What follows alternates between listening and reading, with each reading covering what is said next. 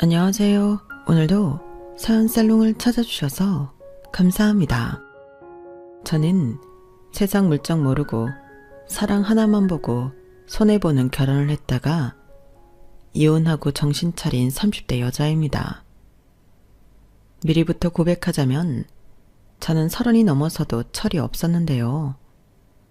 제가 외동이기도 하고 부모님이 5년 만에 시험과 나이로 어렵게 얻은 늦둥이 딸이라 넘치는 관심과 사랑을 받고 자랐죠. 그래서 좋게 말하면 오랜 시간 순수하게 살았고, 나쁘게 말하면 세상 사람들이 모두 바르고 착한 사람들이라 여기며 단순하게 살았는데, 남편을 만났을 때도 그랬어요. 첫 만남은 친한 친구가 남자친구가 생겼다며 자기 남자친구의 절친을 저에게 소개해줘서 알게 되었는데, 자꾸 얼굴을 보고 어울리다 보니 좋은 사람 같더라고요. 솔직히 일부러 나쁘게 보일 이유도 없는 건데, 저는 저한테 보여주는 모습이 그 남자의 전부인 줄 알았어요. 그리고 순진했던 여고생 시절, 로미오와 줄리엣처럼 사랑하면 죽음도 함께할 수 있다고 믿는 그런 여자였는데, 아마 남편도 저 같은 여자가 신기했겠죠. 그리고 자연스럽게 더블 데이트를 하다가 저도 남편도 호감이 생겼고, 나중엔 우리 둘만 데이트를 하며 연인 사이로 발전하게 되었는데, 한 2년 정도 지났을까? 친구 커플이 결혼을 하면서 훅 나도 결혼하고 싶다는 생각을 하게 되었어요. 그때 당시 저도 남편도 직장을 다니고 있는 직장인이었고, 나이 차이는 궁합도 보지 않는다는 4살 차이였는데, 제 나이가 32살, 남편 나이가 36살로 결혼할 나이가 되긴 했었죠. 하지만 남편 집은 그렇게 여유롭진 않았는데요. 다른 사람처럼 집에 생활비를 드리는 건 아니었지만, 그렇다고 아들이 장가를 간다고 경제적인 도움을 줄 수 있는 집도 아니었거든요. 그에 반면 저희 친정은 부모님이 빌라 상가 건물 같은 걸 지어 분양 사업을 하고 계셨고, 경제적 여유가 꽤나 많이 있었는데, 제가 결혼을 하면 집이며 차며 해주겠다고 저희 아빠는 늘 노래를 부르셨어요. 나는 너를 너무 힘들게 가졌잖아. 그래서 네가 시집가서 아이를 낳는다면 그 손자 손녀는 오랫동안 보고 싶다.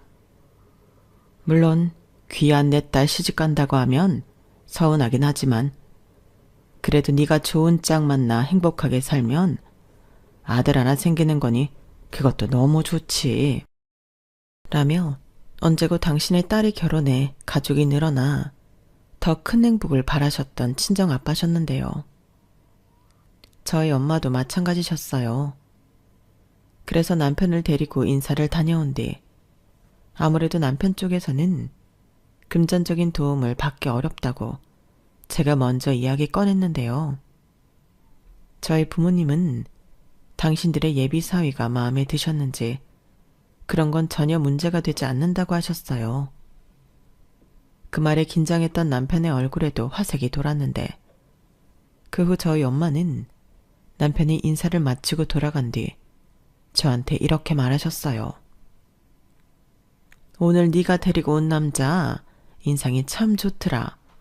무엇보다 우리 딸이 좋아하는 사람이라 그런지 엄마 눈에도 쏙 들던걸. 그리고 아까 네가 한 얘기 있잖아. 저쪽 집에서는 도와주지 못하실 것 같다고. 엄마는 이렇게 생각해. 다른 건 아무 상관없지만 사람은 잘 봐야 한다고. 네 남편 될 사람도 그렇고 시 가족 될 사람들도 잘 봐야 하고. 엄마, 다들 좋아. 엄마도 좀 전에 기강씨 인상 좋다고 했잖아. 시부모님 되실 분들도 온화하고 다 좋으셔. 그래? 그럼 다행이고. 그래도 원래 사람은 한두 번 봐서는 잘 모르는 거니까 결혼 준비하면서도 잘 봐. 결혼하고 나면 가족인데 괜히 이상한 사람이랑 엮이면 피곤하다. 특히 네가 순진해서 잘 모르는데 남자들 결혼하면 달라지는 경우도 많아. 그래서 엄마는 에휴. 그래서 내가 시집을 안 갔으면 좋겠다는 거야? 언제 그렇대. 엄마가 그냥 걱정이 돼서 그러지. 이왕이면 아니 우리 딸은 꼭 좋은 사람한테 시집 갔으면 하는 마음이니까. 우리 딸은 원래 누구든 다 좋게만 보잖아. 전에 인사 갔을 때 그쪽 식구들은 어땠어?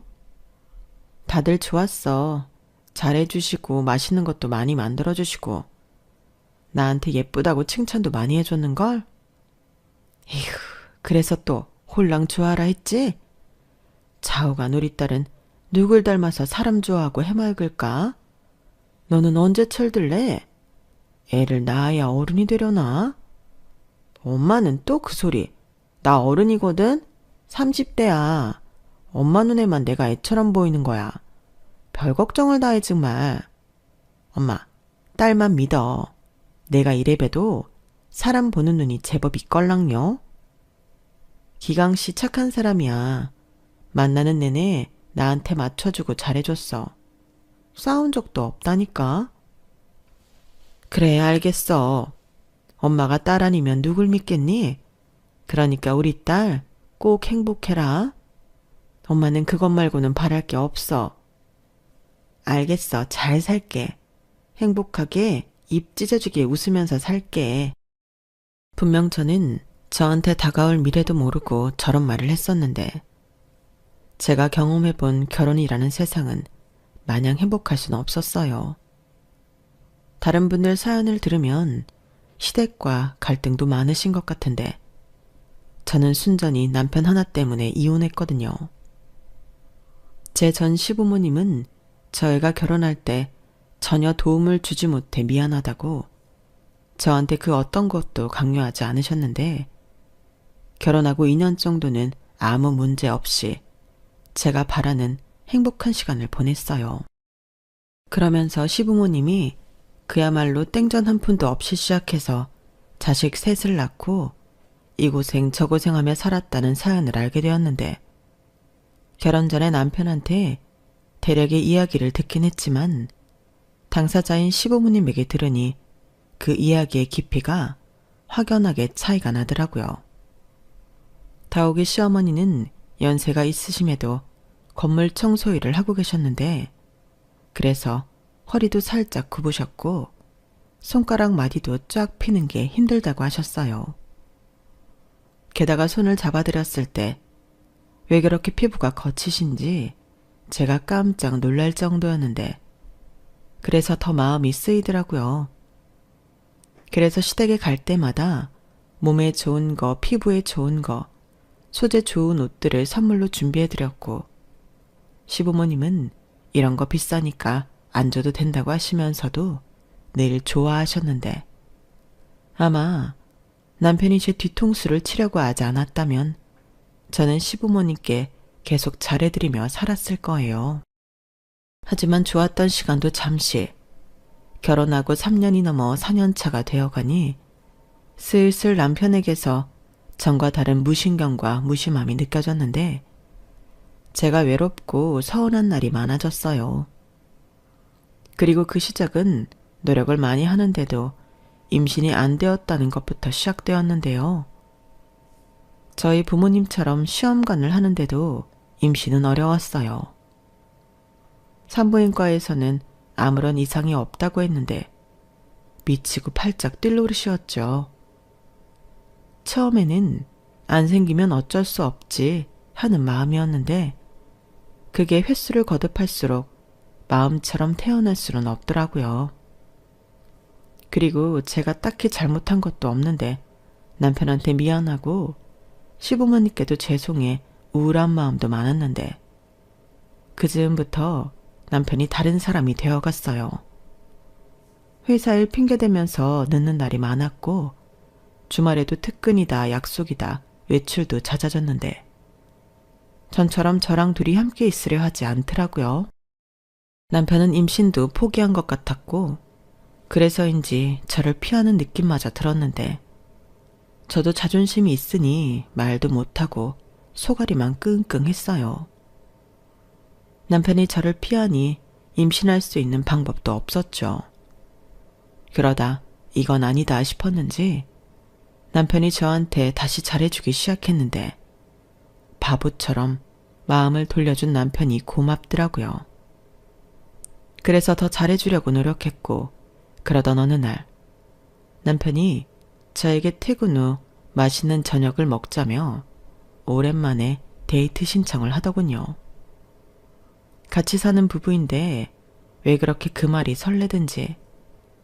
저는 그날 아침 꽃단장까지 하고 회사에 출근했는데 회사 사람들이 전부 오늘 무슨 좋은 일 있어? 아니면 낭구님이랑 데이트하나? 제 차림을 칭찬해줬는데 그래서 더 한껏 가슴이 부풀었던 것 같아요. 그리고 이윽고 퇴근 시간이 되어 남편과 만나기로 한 약속 장소에 나갔는데 다시 결혼 전으로 돌아간 듯 즐거운 시간을 가졌죠. 오랜만에 남편과 오붓한 시간을 보내서인지 너무 행복했어요. 그런데 그런 들뜬 기분에 취해 있을 무렵 남편이 난데없이 저에게 이상한 소리를 하기 시작했는데요. 저희 부부가 사는 신혼집을 팔자고 하더라고요. 저는 제가 와인에 취해 잘못 들은 줄 알았어요. 하지만 제가 제대로 들은 소리가 맞더라고요. 참고로 저희가 사는 신혼집은 아파트가 30평 후반대 신축 아파트였는데 전에 저희 아빠가 말씀하셨듯 친정아빠가 저희 결혼할 때 그 집을 제 명의로 사주셨거든요. 그런데 남편이 애도 없이 둘만 사는데 집이 너무 넓지 않냐며 이 집을 팔아 반절은 시부모님에게 드렸으면 좋겠다고 하더라고요. 뭐? 우리 지금 사는 집을 팔자고? 우리 엄마 아빠 고생 많이 한 거 자기도 알잖아. 근데 오래된 빌라에서 살고 있으니 나만 좋은 데 사는 것 같고 마음이 편하지 않더라고. 게다가 그 집이 몇 년 전부터 우풍도 심하고 지난 여름에는 누수 터져서 아래층 공사까지 해줬잖아. 보일러를 아무리 틀어도 따뜻하지도 않은데 난방비만 나오고 아무리 생각해도 이사를 가야 할 것 같아. 엄마 아빠는 아이도 있는데 그러다 골병 들면 어떡해? 그래도 꼭 이 집을 팔아서 해드려야 하나? 그렇다고 장인어른한테 돈을 해달라고 할 수는 없잖아. 그건 그렇지만 그럼 대신 우리 아빠 신축 분양하는 집 중에 괜찮은 걸 하나 부탁드려 보자. 지금 사시는 집 팔고 일단 그 돈으로 우리 아빠한테 집을 분양받으면 되잖아. 에이, 장인어른이 아무리 통 크고 좋으신 분이라도 그건 아니지.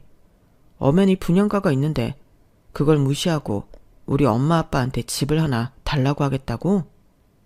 그건 내가 싫어. 사돈인데 이게 뭐냐? 자존심 상하게.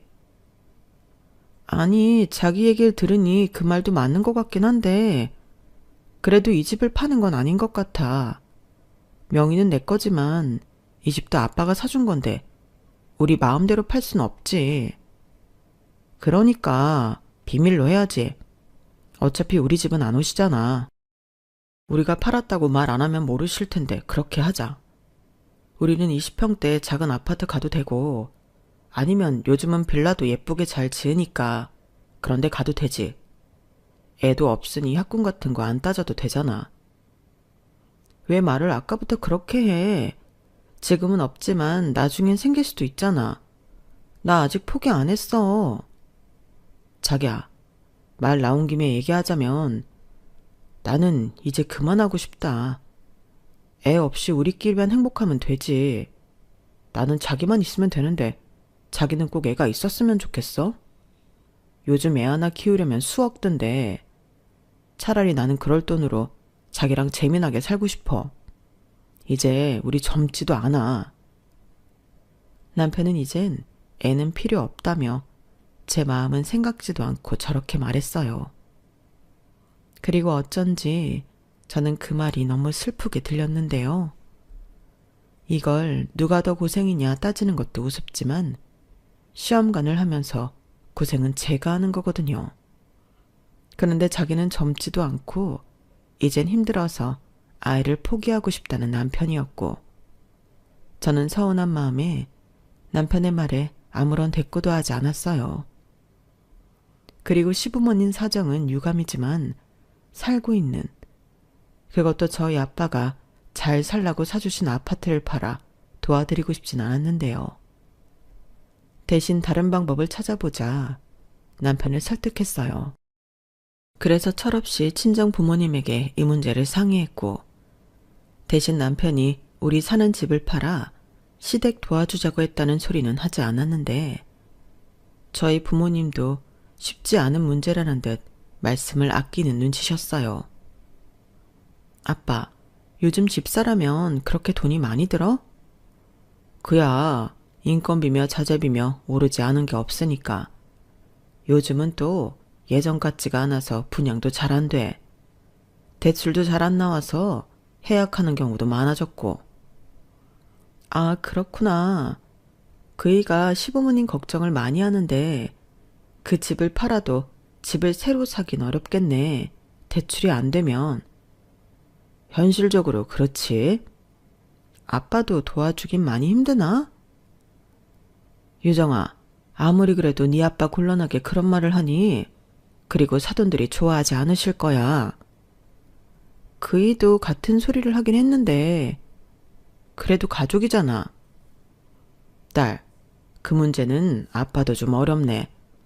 아빠도 대출 받아서 집 짓고 상가 짓는 건데 남는 게 없으면 힘들지. 아빠도 그럼 한 채 턱 하고 드릴 수 있으면 좋은데 그럴 수는 없어. 아, 그렇구나. 내가 진짜 아무것도 몰랐네. 나는 집은 마음만 먹으면 살 수 있는 건 줄 알았어. 회사 사람들 전부 알아서 집만 잘 사니까. 에휴, 여보, 우리가 딸을 너무 현실을 안 가르쳤네. 너 괜히 네 시부모님한테 이상한 소리 하지 않았지? 엄마는 나를 뭘로 보고? 나 그렇게 사리분별 못하는 사람 아니거든. 엄마 아빠한테 물어보고 뾰족한 수 있을 때 얘기하려고 했지. 그래, 그건 잘했다. 그리고 니네 시댁 자가라고 하지 않았어? 맞는데 그이 말로는 오래돼서 손볼 때도 많고 여름엔 덥고 겨울엔 많이 춥다나 봐. 난방비로 20만 원 넘게 쓰시는데 따뜻하지 않대. 저런. 그래서 이서방이 걱정이 많은 거구나. 사돈이 그래도 아들은 잘 키우셨네. 유정아, 아빠가 지금 당장은 어렵고 나중에 기회가 되면 그때는 아빠가 노력을 좀 해볼게. 괜히 이서방한테는 얘기하지 말고 그때 돼서 아빠가 적당한 물건 찾으면 그때 얘기해라. 이왕이면 사돈도 아빠가 분양하는 거 말고 남이 분양하는 거 좋은 가격에 매매하시는 게 낫지. 아빠가 믿을 수 있고 가격 조정 어느 정도 되는 좋은 물건 찾아볼게. 정말? 그래주면 너무 좋지. 아빠 너무 고마워요. 그렇게만 되면 우리 시부모님도 부담 안 갖고 너무 좋다. 그래도 너무 김칫국 마시지 말고 요즘 워낙에 집값도 비싸고 돈을 맞춘다는 게 쉬운 일은 아니니까. 괜히 설레발치면 안 돼. 그럼 너나 나나 곤란해져. 알겠어, 염려마. 입 꾹 닫고 기다리고 있을게. 저는 참 철없는 딸이었어요. 부모 가슴에 부담스럽고 무거운 돌을 얹어준 것도 모르고 마냥 좋아서 입이 근질거리는 것도 겨우 참고 기분이 좋은 나머지 저도 모르게 룰루랄라 하며 집에 돌아왔는데 그날따라 남편은 밖에서 안 좋은 일이 있었는지 한껏 기분이 다운돼서 저한테 뭐라고 싫은 소리를 하더라고요.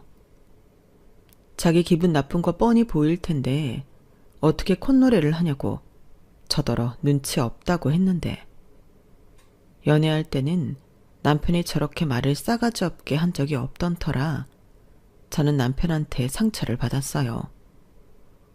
정말이지 목구멍 끝까지 우리 아빠가 시부모님 집 알아봐준다고 했다는 소리를 하고 싶었는데 행여 아빠 말처럼 곤란해질까 겨우 참았죠. 그러면서 그때부터 자꾸만 남편의 마음이 서서히 멀어지는 걸 느꼈는데요. 그 후로 남편은 한 침대에서 자는 것도 잘 하지 않으려 하더군요. 무슨 고민이 그렇게도 많은 건지 거실에서 자기는 조금만 있다가 자겠다고 하는 경우가 부지기수였는데 그러다 한 번씩 저에게 말을 걸 때는 그 이야기 소재가 늘 자기 부모님 집 문제였어요. 남편이 3남매 중 막내였지만 장남이었거든요.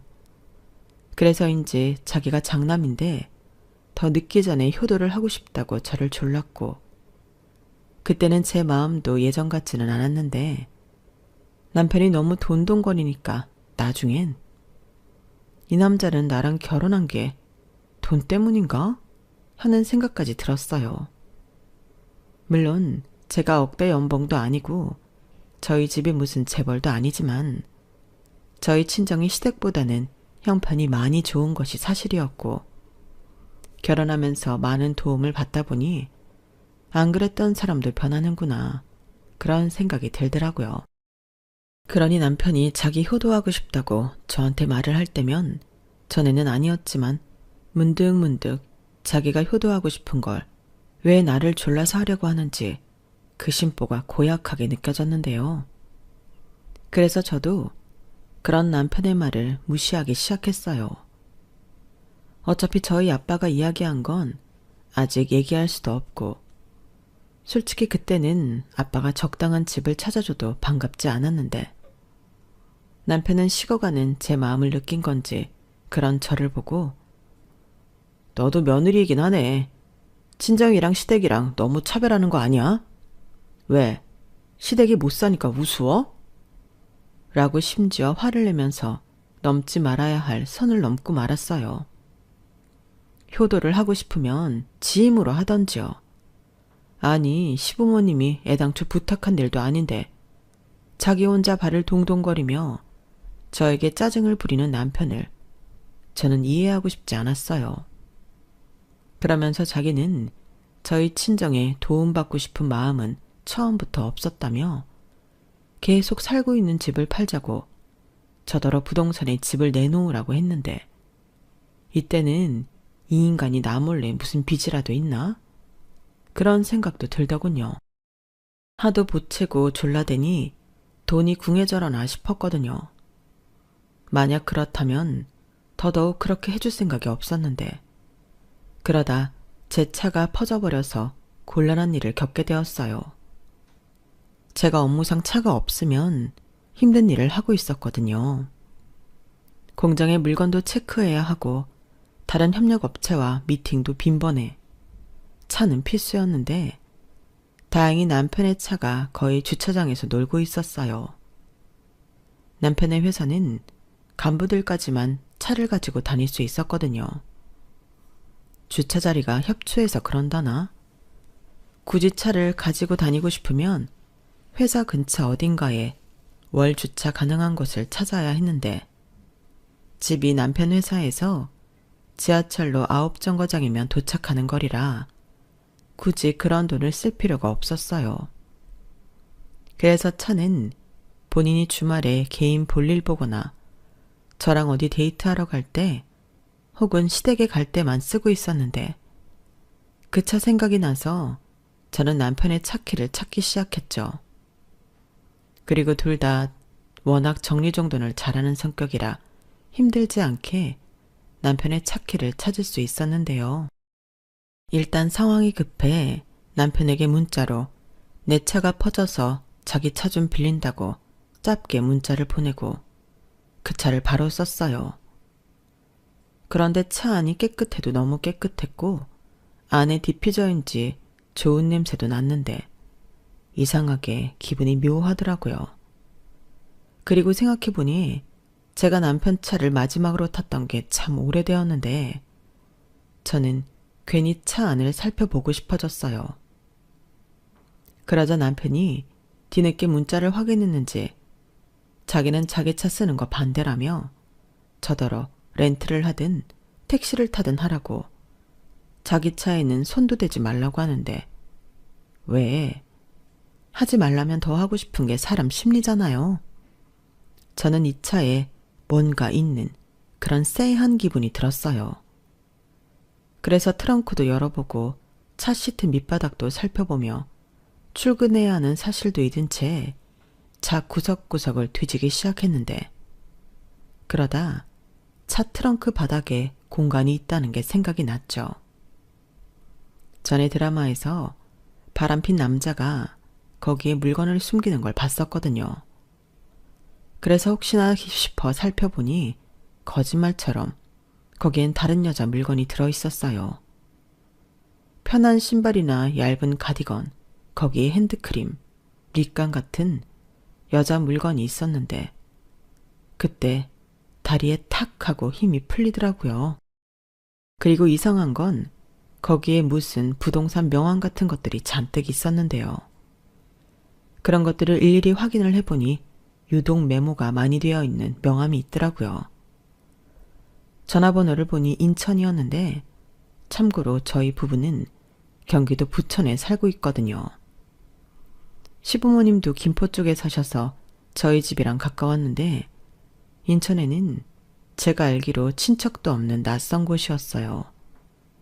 그런데 인천 쪽 부동산 명함이 있다는 게 좀 신기했고 저는 뭐가 더 있지 않을까 계속 뒤지기 시작했는데요.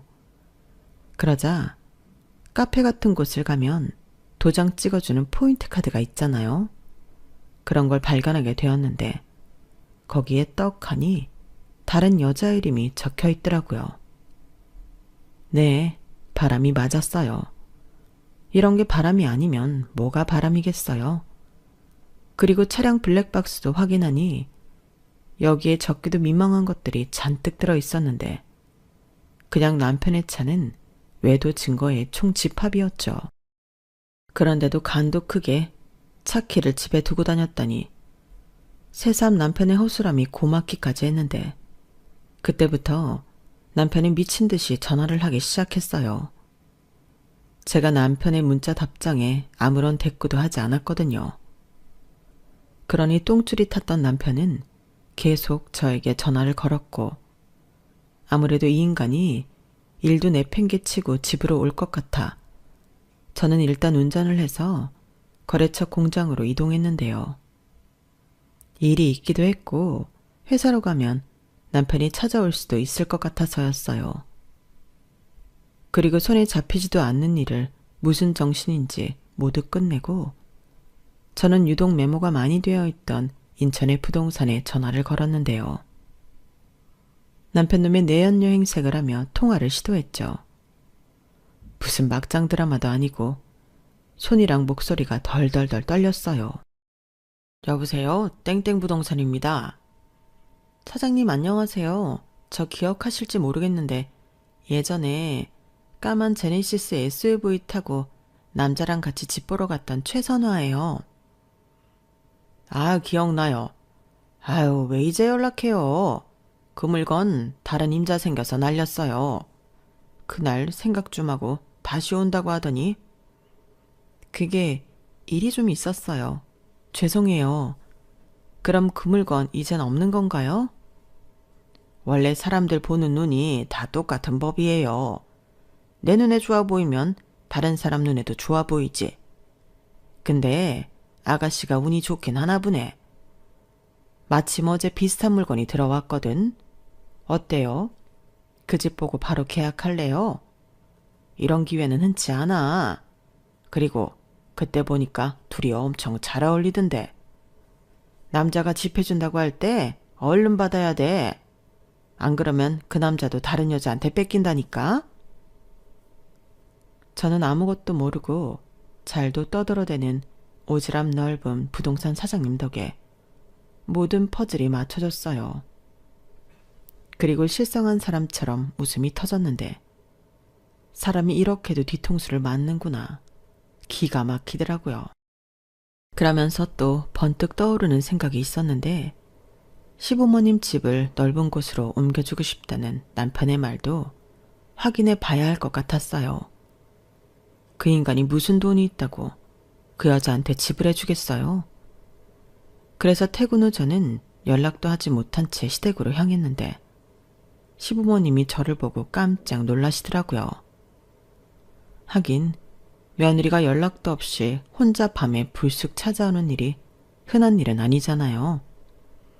그리고 다행스럽게도 시부모님은 아무것도 모르고 계셨는데 제가 제 차 남편이 이 집 팔고 저희가 살던 아파트도 팔아서 더 넓은 집으로 이사 가자고 하지 않았냐 물으니 시어머니가 펄쩍 뛰며 그 사돈이 사준 아파트를 왜 파냐고 그런 얘기 듣지도 못했지만 절대 그러지 말라고 하셨어요. 걔는 왜 너한테 그런 쓸데없는 말을 했다니? 우리는 여기서 살면 돼. 그이가 집이 너무 낡아서 두 분이 고생한다고 계속 고집을 부리더라고요. 그래서 저도 저희 아빠한테 괜찮은 집 있으면 소개해달라고 얘기까지 해놨는데 저는 두 분 다 아시는 일인 줄 알았어요. 그 사람이 부동산도 여러 곳 다니고 있던 것 같더라고요. 뭐? 부동산까지 다녔다고? 네, 여기 보세요. 아, 그리고 부동산 명함이랑 다른 것도 같이 있었는데 이것도 아시는 건지 확인 좀 해주세요. 그게 뭔데? 저는 시부모님 앞에서 남편의 내연녀 물건을 한아름 꺼내 보여줬어요. 그러자 시아버님은 이게 다 뭔가 하고 모르겠다는 얼굴을 하셨고 시어머니는 여자 물건을 보자마자 저를 쳐다보셨는데 이거 네 거가 아니라는 거지? 라고 단번에 얘기를 하셨어요. 저는 물론 그렇다고 대답했죠. 그러자 시어머니가 냉장고 문을 활짝 열더니 냉수를 꺼내 벌컥벌컥 물을 목구멍으로 밀어 넣으셨고 당신의 아들한테 전화를 걸기 시작하는데요.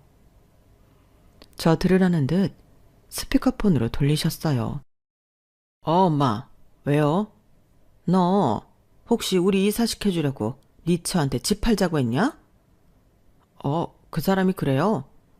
아니 뭐 집이 오래되긴 했으니까 그랬으면 좋겠다. 뭐 그랬지. 그래서 부동산 다니고 그랬어? 네 장인이 사준 아파트 팔아서 집 사려고? 그건 무슨 소리야. 부동산이라니. 아니 나는 그 사람한테 그냥 말만 한 거야. 그리고 뭐 그 사람이 그 집을 순순하게 팔 것 같아? 어림도 없어. 그걸 아는 놈이 왜 딴 년이랑 부동산을 다녀? 그년 집 해준다고 인천까지 가서 집 알아봤잖아. 너나 지금 당장 순순하게 풀어? 엄마가 그거 어떻게 알았어? 혹시 집사람 거기 있어? 집사람이 내 차에서 뭐 찾았대? 아, 이놈의 화상. 네 집사람 지금 없다. 네 차에서 여자 물건이랑 부동산 명함이랑 잔뜩 가지고 여길 왔는데 너 빨리 풀어? 너 바람 피우니? 그래서 엄마 아빠 핑계대고 네 마누라 앞으로 되어있는 집 팔아서 그년이랑 살림이라도 차리려고 했어? 너 바른 대로 말해. 엄마 성질 알지? 엄마 진정해. 그냥 만나는 거야. 그리고 산부인과에서는 아무런 이상이 없다고 하지만 시험관 시술까지 하는데 애가 안 생긴다는 건 좀 이상하잖아. 그래서 밖에서 애라도 만들어 보려고? 아니, 확인할 수 있으면 좋다는 거지. 그러다 다른 여자랑 애가 생기면 그때 이혼해도 되고. 네가 미쳤구나. 아니, 지가 언제부터 그렇게 애를 좋아했어? 그래도 내 새끼는 갖고 싶지. 그리고 이왕 이렇게 다 까발려져서 말하는 건데 엄마 아빠도 좀 협조 좀 해. 내가 시키는 대로 하면 우리가 손해볼 게 없어. 일단 이사 가고 싶다고 도와달라고 해. 지금 그 집 집사람 명이라 내가 건드리지도 못하거든. 그니까 그 집 팔아서 반 엄마 아빠가 받아서 나 주고 나는 그 돈으로 일단 새 살림 차렸다가 여차하면 이혼하고 그때 재산 분할 또 하면 이거랑 그거랑 합쳐서 내가 진짜로 이사시켜줄게. 그럼 엄마 아빠는 새집도 생기고 손주도 생기는 거야. 어때? 너무 좋은 계획이지 않아? 저는 제가 듣고 있다는 사실도 모르고 잘도 짓거리는 남편의 신난 목소리에 온몸이 바들바들 떨렸어요. 그러자 시아버님은 시어머니의 핸드폰을 뺏어서 꺼버리려고 하셨고, 그걸 시어머니가 막으며 알겠으니 이것들 당장 가져가라며 집으로 부르셨는데, 남편이 차가 없어서 못 간다고 징징거렸어요. 내가 택시비 줄 테니까 당장 튀어와. 그리고 너랑 살림 차리겠다는 그 여자도 데리고 와라. 어떻게 생긴 여잔지 확인 좀 하자. 최선화? 아이씨, 도대체 뭘 얼마나 갖다 보여준 거야. 거기에 우리 선화 이름도 적혀 있었어? 우리 선화 좋아하네. 그래, 커피를 얼마나 처마셨는지 도장 2개만 더 찍으면 무료로 한 잔이란다. 너 당장 튀어와. 남편은 알겠다며 전화를 끊었어요. 그리고 저는 시어머니를 쳐다봤는데 시어머니가 저에게 미안하다며 무릎을 꿇으셨어요. 그리고 차마 입이 떨어지지 않는다는 듯 그 뒤에 말을 한참이나 못하셨는데 그제야 저도 눈물이 나더라고요.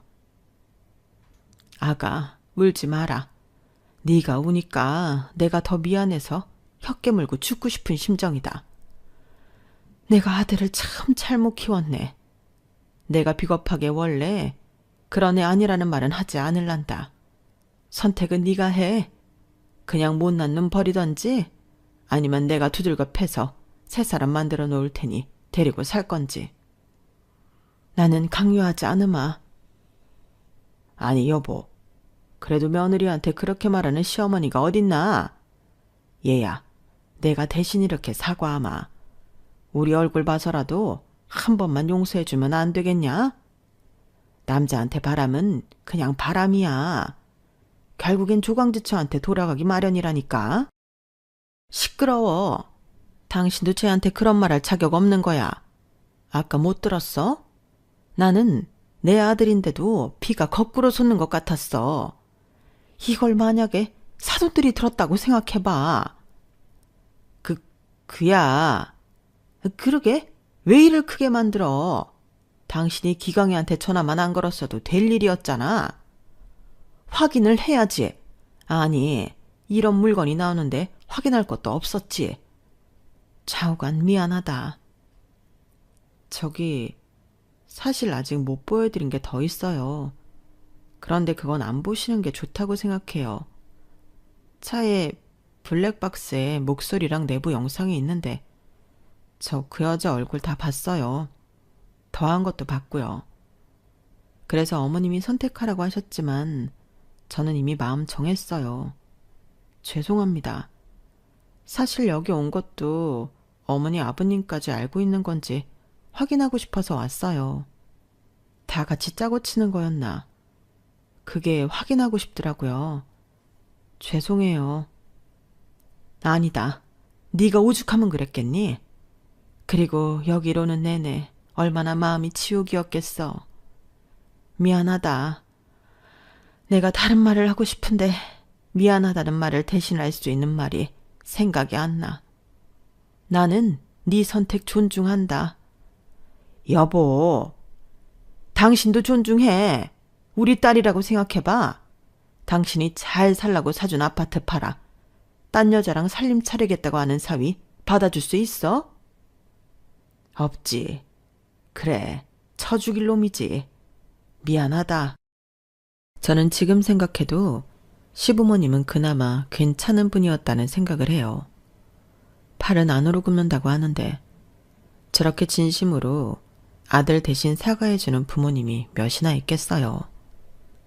그리고 아무것도 모르는 남편은 무슨 자기 둘째 부인 인사를 시켜주려고 하는 건지 신나서 지 애인이랑 시댁으로 들어왔는데 들어오자마자 시어머니가 리모컨을 던지셨죠. 그 바람에 중문 유리가 요란한 소리를 내며 깨졌고 그 난리통에 남편과 그 내연녀는 저를 봤는지 놀라서 주랭랑을 치려 했는데 시어머니가 어찌나 민첩하게 움직이시던지 그 두 연놈을 잡아서 끌고 안으로 들어왔어요. 그러자 왜 이러냐며 남편이 자기 엄마를 밀쳐냈는데 그 바람에 시어머니가 거실 바닥에 내동댕이 쳐졌고 그 모습에 시아버님까지 나서 남편에게 주먹을 날리셨죠. 그리고 그 내연녀는 제 차지였어요. 왜 그렇게 TV에 여자들이 머리채를 잡는지 그때 알겠더라고요. 그리고 미처 생각하기도 전에 저 역시 먼저 손이 나가 그 여자의 머리채를 잡았는데 그 여자도 질세라 제 머리채를 잡고 쌍스러운 욕을 하기 시작하더군요.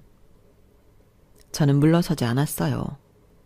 제가 와이프였고 여긴 시댁이었으니 홈그라운드라고 하긴 좀 뭐하지만 그래도 제가 유리한 입장이었는데 그렇게 한바탕 난리를 치고 저는 남편 놈에게 이혼할 거니 집으로 올 필요는 없다고 통보했어요.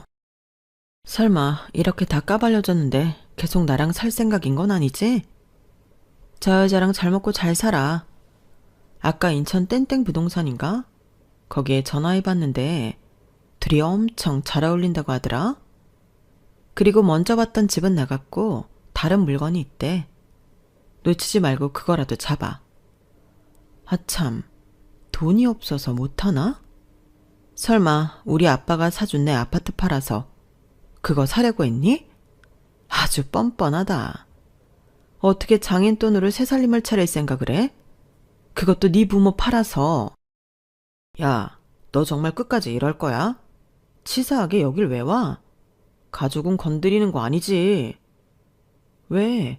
너도 내 가족 건드렸잖아. 우리 아빠가 사준 아파트 팔자고 할 땐 그 생각 못 해봤어? 아니, 사줬으면 끝인 거지. 막말로 우리한테 사줬으니까 내 지분도 있는 거야. 안 닥쳐? 아, 내가 저걸 아들이라고 낳아서 미역국을 먹었다니. 그리고 그쪽은 얘 유부남인 거 알고 만났지? 제정신이야? 부모 얼굴에 똥칠을 해도 모자라지. 엄마는 도대체 누구 편이야? 왜 선악까지 여기에 휘말리게 해? 아주 찐사랑 나셨네. 너는 네 마누라 속 뒤집어 놓고 지금 전형 걱정이 되니? 넌 이혼당해도 싸. 어머니 죄송합니다. 아버님께도 죄송해요. 아마도 오늘이 두 분을 뵙는 마지막 날이 될 것 같아요. 그동안 철없는 며느리 좋게 봐주셔서 감사합니다. 아드님은 여기 두고 갈게요. 그리고 곧 이혼 서류랑 아드님 물건은 챙겨서 보낼 테니. 아니다. 저 식기 물건은 그냥 갖다 버려. 그냥 이혼 서류만 보내라. 내가 저놈의 손가락 분질러서라도 도장 찍어 보낼 테니. 그리고 너 하고 싶은 대로 다 해. 전현한테 상간년 소송도 하고.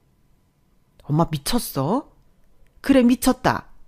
아들이 이렇게 미친 짓을 하는데 애미가 어떻게 제정신일 수가 있어. 유정아, 그동안 고생 많았고 이제부터는 좋은 남자 만나서 행복하게 잘 살아라. 어여 가. 뭐 좋은 얼굴이라고 계속 보고 있니? 저는 허리를 숙여 인사하고 남편 면상에 그놈 차키를 던졌어요. 그리고 택시를 타고 집으로 돌아와 한참을 쓰러져 울었는데 한 3시간 정도 울었을까? 속이 엄청 시원하더라고요. 그때는 우리 사이에 아이가 없다는 게 하나도 슬프지 않았어요. 그리고 집 비밀번호도 바꿔버렸는데 정말로 그 다음날 그 인간이 집으로 찾아왔더라고요. 번호를 바꾸지 않았으면 어쩔 뻔했나 소름이 끼쳤는데 저는 이혼 절차를 서둘러야겠다고 생각했어요. 그래서 일단은 친정 부모님한테는 비밀로 하고 변호사 사무실을 찾아가 이혼 상담을 했는데 증거가 너무 빼박이라 이혼은 어렵지 않다고 하더라고요. 다만 합의 이혼을 할지 소송을 할지를 선택해야 한다고 했는데 저는 상간녀 소송도 함께 진행할 거라 그냥 소송을 하겠다고 했죠. 혼인기간이 길진 않았지만 남편이 너무 기괴한 계획을 세웠기 때문에 저는 받을 수 있는 위자료는 전부 받고 싶었어요. 하지만 법 자체가 합의가 아닌 이상 과도한 위자료는 청구할 수 없다고 했고 저는 그래도 법망에서 받을 수 있는 한 최대한 받고 싶다고 했는데 상황이 그렇게 돌아가니 남편이 지발로 저희 회사까지 찾아왔더라고요. 그래놓고 뻔뻔하게 자기 내연녀랑 정리했다고 자기 용서해달라고 했는데요. 어림도 없죠. 그래서 이왕 여기까지 온 거 시원하게 뺨 따고 날려줬습니다. 제가 손이 제법 맵거든요. 어찌나 세게 때렸는지 그 소리 또한 찰지게 났는데 제 손이 다 아플 정도였으니 그 인간 뺨은 불이 났을 거예요. 그런데 지가 저랑 헤어지면 좋을 것이 없어 그런지 끝까지 저에게 매달리면서 자기 부모님 집 바꿔드리고 싶었던 건 사실이었다고. 자기는 처음부터 이혼할 생각까진 한 게 아니라는 등 말 같지 않은 소리를 했는데 나중엔 그 여자가 자기를 꼬셔서 지가 넘어간 거라며 찌질함의 끝판을 보여줬어요. 그런 모습을 보니 정말 오만정이 다 떨어지고 저런 인간이랑 결혼해서 애를 낳으려 노력했더니 현타가 밀려왔어요. 그리고 이왕 이렇게 된 거 끝까지 가보자고 제가 이를 악물었는데 그때 제가 세상을 많이 배웠네요. 아무리 제가 이길 수밖에 없는 소송이라고 해도 하루아침에 판결이 나는 건 아니었거든요. 그리고 남편 또한 무슨 발악을 그렇게 하는지 나중엔 저를 사랑해 헤어질 수 없다고 눈물까지 흘리더군요. 그래서 시부모님에게 차마 보여드리지 못한 낯뜨거운 영상을 판사님께 증거로 제출했어요. 그러자 남편놈은 더해봤자 소용이 없다고 생각했는지 드디어 포기했고 저에게 정신적 피해를 인정, 위자료 2천만 원을 배상하기로 했는데 그 인간이 바람 피우느라 돈이 하나도 없었는지 신용대출을 받아 위자료를 해줬어요. 어찌나 그 돈을 받고 기분이 좋던지 그 인간이 그 돈 갚느라 고생할 일을 생각하니 그나마 조금은 불이 났던 제 속이 위안이 되더라고요. 그리고 곧이어 상간녀 소송에서 저는 또 1,000만 원 위자료로 받게 되었는데요. 뭐 그 돈을 누가 해줬는지 관심도 없고 저는 그렇게 그 년놈에게 3,000만 원 받고 깨끗하게 헤어졌어요. 시어머님이 남편 물건은 필요 없다고 했지만 그래도 남편이 혼수로 해온 물건이니 그 물건을 돌려드리고 싶었고 원하시면 그건 돈으로 환산해드리겠다고 연락을 드렸는데 그때도 시어머니가 됐다며 네 용돈 하라고 하셨어요. 아들을 그렇게 키웠는데 당신도 벌을 받아야 하지 않겠냐고요. 그러시고는 당신 벌은 못난 아들을 거둬 다시 인간을 만드는 것이라 하셨는데 시어머님 때문에 그런가 남편에 대한 미움도 거기까지였어요. 아니, 남편이 그런 용서받지 못할 짓을 하지 않았다면 저는 어쩌면 저런 멋진 시어머니와 더 오랫동안 함께할 수 있지 않았을까? 그런 아쉬운 마음도 드는데 이혼한 지 시간이 제법 지난 지금도 전 남편보단 시어머니 생각이 많이 나네요. 남편이 못난 것은 모두 자기 잘못이라 자책하던 시어머니가 이젠 저에 대한 미안함을 내려놓고 편하게 사셨으면 좋겠어요. 그리고 아울러 이혼 소송이 끝나고 비로소 제 이혼에 대해 알게 된 저희 부모님에게는 아직까지도 깊은 죄송한 마음을 갖고 있는데요. 이제부터라도 정신 똑바로 차리고 잘 사는 모습으로 안심시켜 드리고 싶어요. 그리고 무엇보다 현재 저는 심신이 모두 안정되어 진정한 행복을 느끼고 있는데 이 소중한 행복을 다시는 잃어버리지 않을 거예요. 어쩌면 저는 이혼한 후에야 비로소 어른이 된 기분이 드는데 앞으로는 더욱 현명하고 성숙한 사람으로 부모님에게 효도하며 다시는 오지 않을 소중한 제 시간을 의미 있게 보내도록 노력하며 살겠습니다. 이상 제 이혼 사연은 여기까지예요. 끝으로 아울러 현재는 몸도 마음도 건강하게 지내고 있다는 점을 전해드리며 앞으로도 소중한 제 사람들과 행복하게 지내도록 하겠습니다. 그럼 지금까지 제 사연 함께 해주셔서 감사드리고요.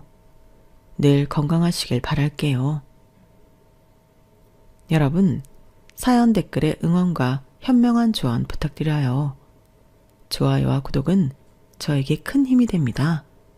오늘도 좋은 일 가득하세요.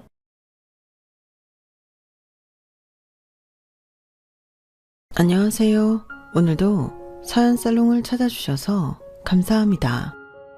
서울 사는 40대 주부예요.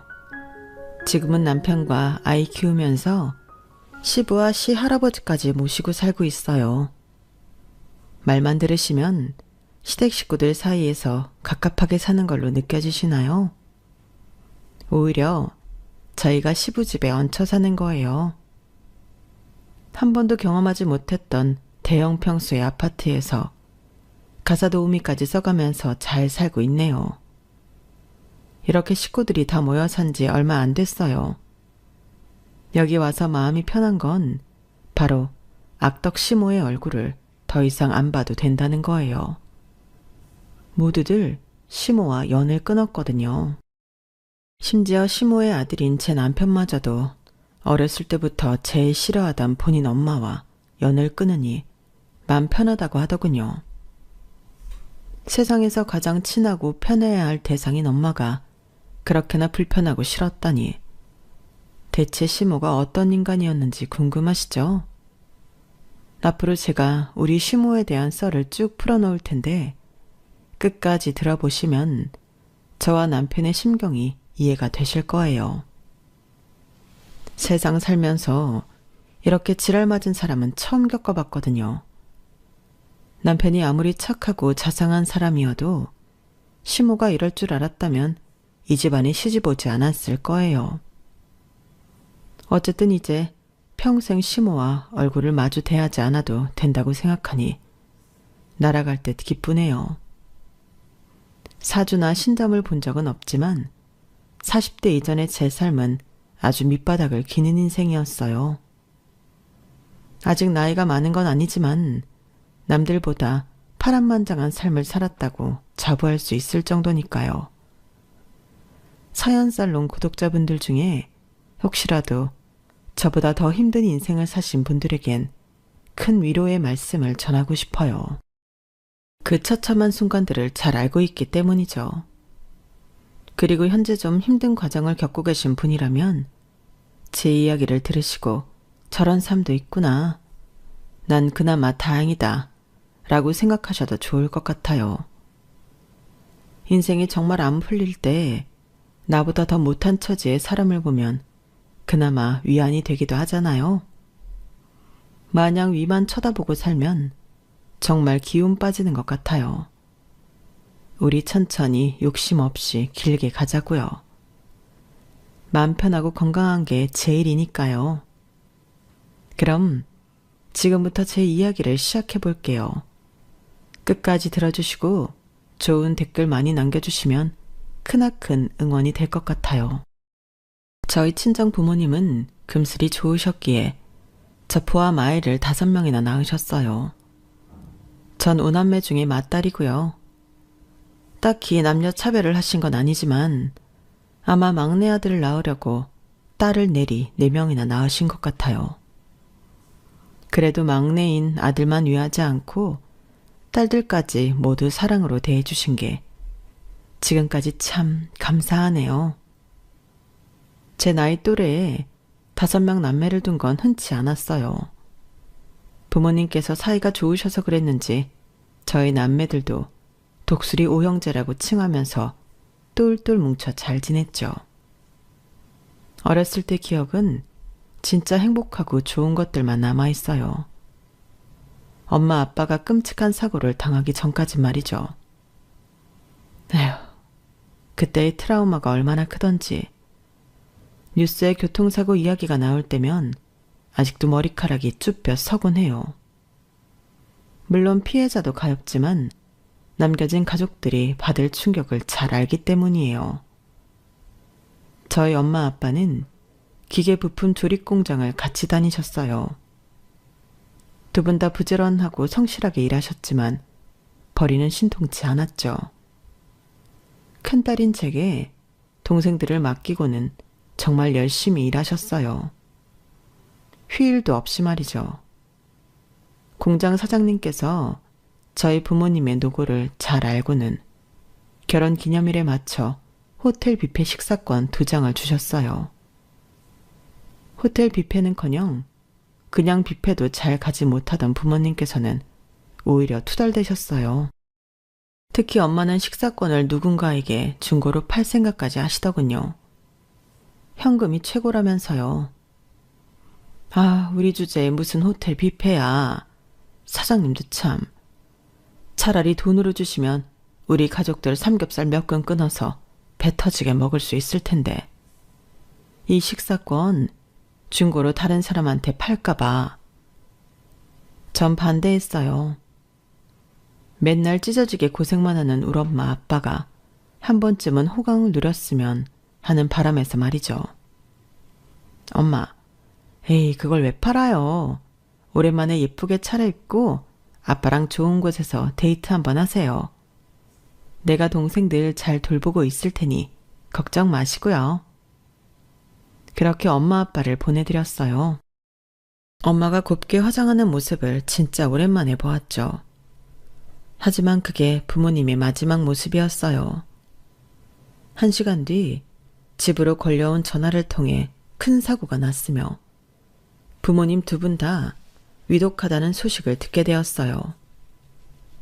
동생들을 모두 데리고 갈 순 없는 노릇이었으니 일단 저만 병원으로 향했어요. 돈 아끼느라 택시를 거의 타본 적 없는데 눈에 뵈는 게 없으니 집에 있는 현금 다 털어 택시를 잡아탔죠.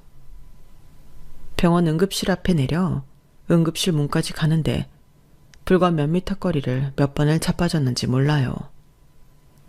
다리에 힘이 풀려서 도저히 못 뛰겠더라고요. 누군가의 부척을 받고 피투성이가 된 엄마 아빠에게로 향했죠. 엄마는 이미 돌아가신 상태였고 아빠는 아주 크게 다쳐 의식이 없더군요. 딸인 제가 왔으니 의사는 기다렸다는 듯이 바로 사망 선고를 했어요. 제가 할 수 있는 거라곤 그 옆에서 하염없이 우는 것뿐이었죠. 엄마, 아빠, 거기 가라고 등 떠민 내가 죄인이에요. 다 내 탓이에요. 내가 우리 엄마 죽인 거야. 나 때문이야. 어떡해. 나 이제 어떻게 살아. 엄마 아빠는 호텔 앞 사거리에서 음주운전 차량에 치여 그 사단이 난 거였어요. 그 사건 이후로 전 성인이 되어서도 술은 입에도 대지 않게 됐죠. 지금이야 CCTV가 전국적으로 굉장히 잘 돼 있지만 그때만 해도 옛날이라 뺑소니범을 잡을 길이 없었어요. 이 순간까지도 그 천하의 몹쓸 놈에게 3대가 멸할 재앙이 내려지기를 바랄 뿐이에요. 의식이 없던 아빠는 한 일주일 후 깨어나긴 했어요. 하지만 하반신 마비로 평생을 살아가야 했죠. 생활력 강한 아빠는 우리 5남매를 먹여 살리기 위해 휠체어를 끌고 다니던 공장에서 계속 일하셨어요. 비록 내가 안진뱅이가 돼버렸지만 목숨이 다하는 그날까지 내 자식들 굶기지 않을 거야. 아빠는 이렇게 굳은 각오를 보이셨지만 최저 시급에도 못 미치는 금액으로 우리 6 식구가 살기엔 역부족이었어요. 그때 제 나이 중학생이었는데 아직 초등학생인 동생들을 제외하고 둘째 동생과 전 알바를 여러 개 해가며 각계전투를 해나갔죠. 그땐 정말 하루 벌어 하루 먹고 살던 시절이라 학교 가는 시간이 그렇게도 아깝더군요. 그 시간에 알바를 1~2개 더 하면 내 동생들 고기 반찬이라도 한번 해줄 텐데 하는 마음이 점점 커졌어요. 결국 고등학교 입학을 앞두고 학교를 그만둬 버렸죠. 그맘때쯤 더 이상 버티기가 힘들어 보증금을 빼서 생활비로 쓰고 월세로 돌려야 했거든요. 제 머릿속엔 오직 돈, 돈뿐이었죠. 그때 놀이동산 알바를 하면 시급이 좀 짭짤하다고 하여 놀이동산에서 몇 년간 일하게 되었어요.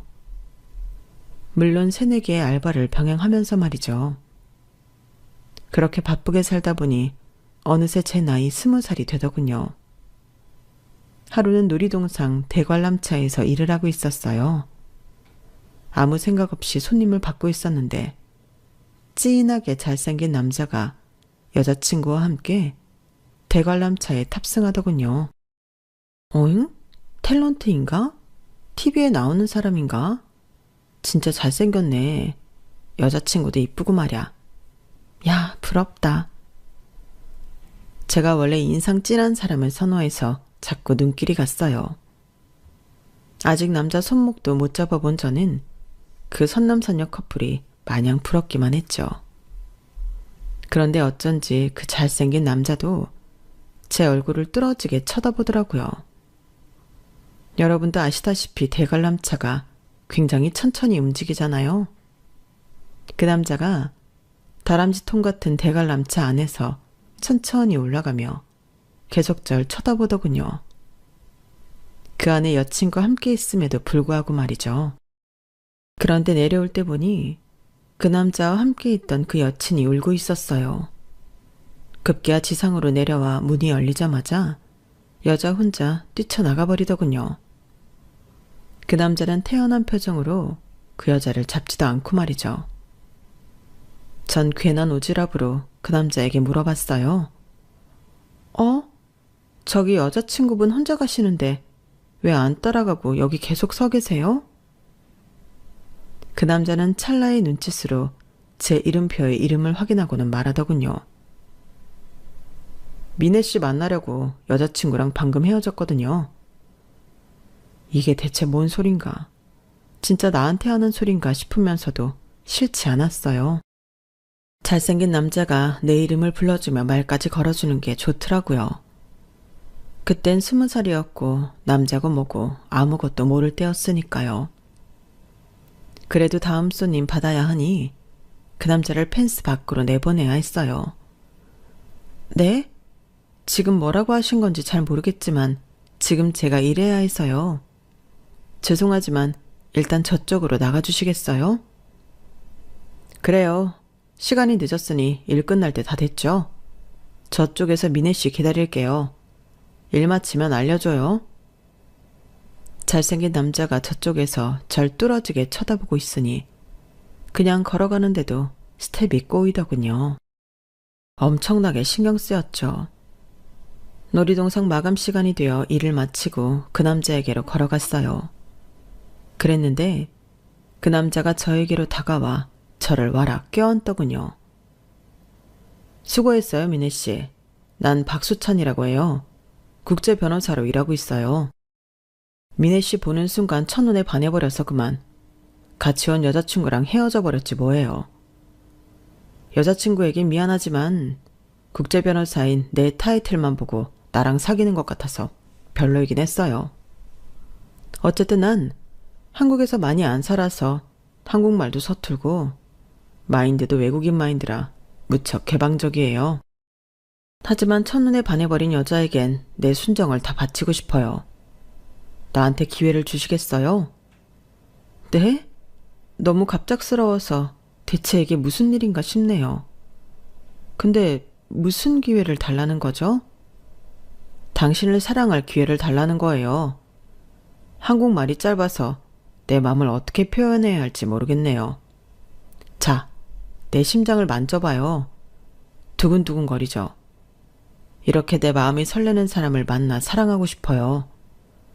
우리 지금부터 연인이 되었으면 해요. 박수찬이라는 그 남자는 제 손을 냅다 잡더니 자기 심장에 갖다 대었어요. 물론 그의 말처럼 그의 심장이 두근대긴 했지만 그때 제 심장은 배 밖으로 튀어나올 것처럼 뛰었죠.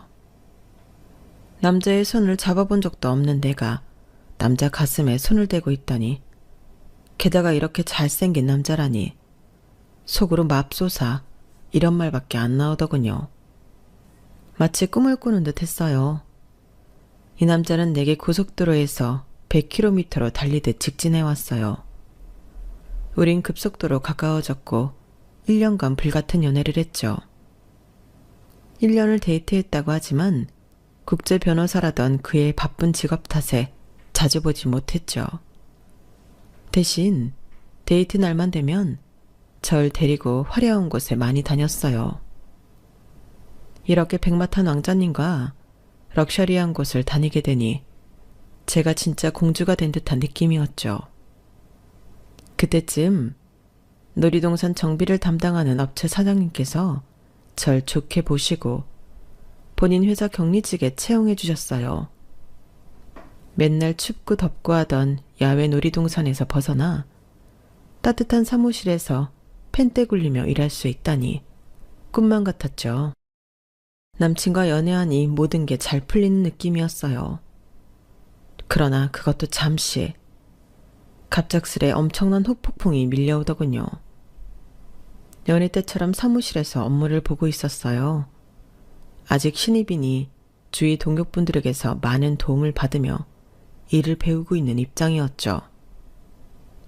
그런데 갑자기 웬 5, 60대 정도로 보이는 아줌마가 사무실 문을 발로 차며 들어오더니 다짜고짜 소리를 지르더군요. 야, 김미애 어딨어? 여기 김미애라는 참년이 근무한다며? 그 창녀만도 못한 년 어딨냐고? 남의 남편 꼬셔서 놀러다니는 게 미친 짓인 줄 알고 어디 숨은 거 아니야? 당장 나와. 너무 당황했지만 사무실 사람들이 다 저만 쳐다보고 있었기에 당연히 제가 나서야 했어요. 제가 김미애인데 아주머니 누구예요? 누군데 남의 회사 와서 행패를 부리시는 거예요? 남의 남편이라뇨? 대체 누굴 말하는 거예요? 내 인연 잘 만났다. 박수찬 알지? 그놈이 바로 내 남편이다. 너 다 알면서 만난 거잖아.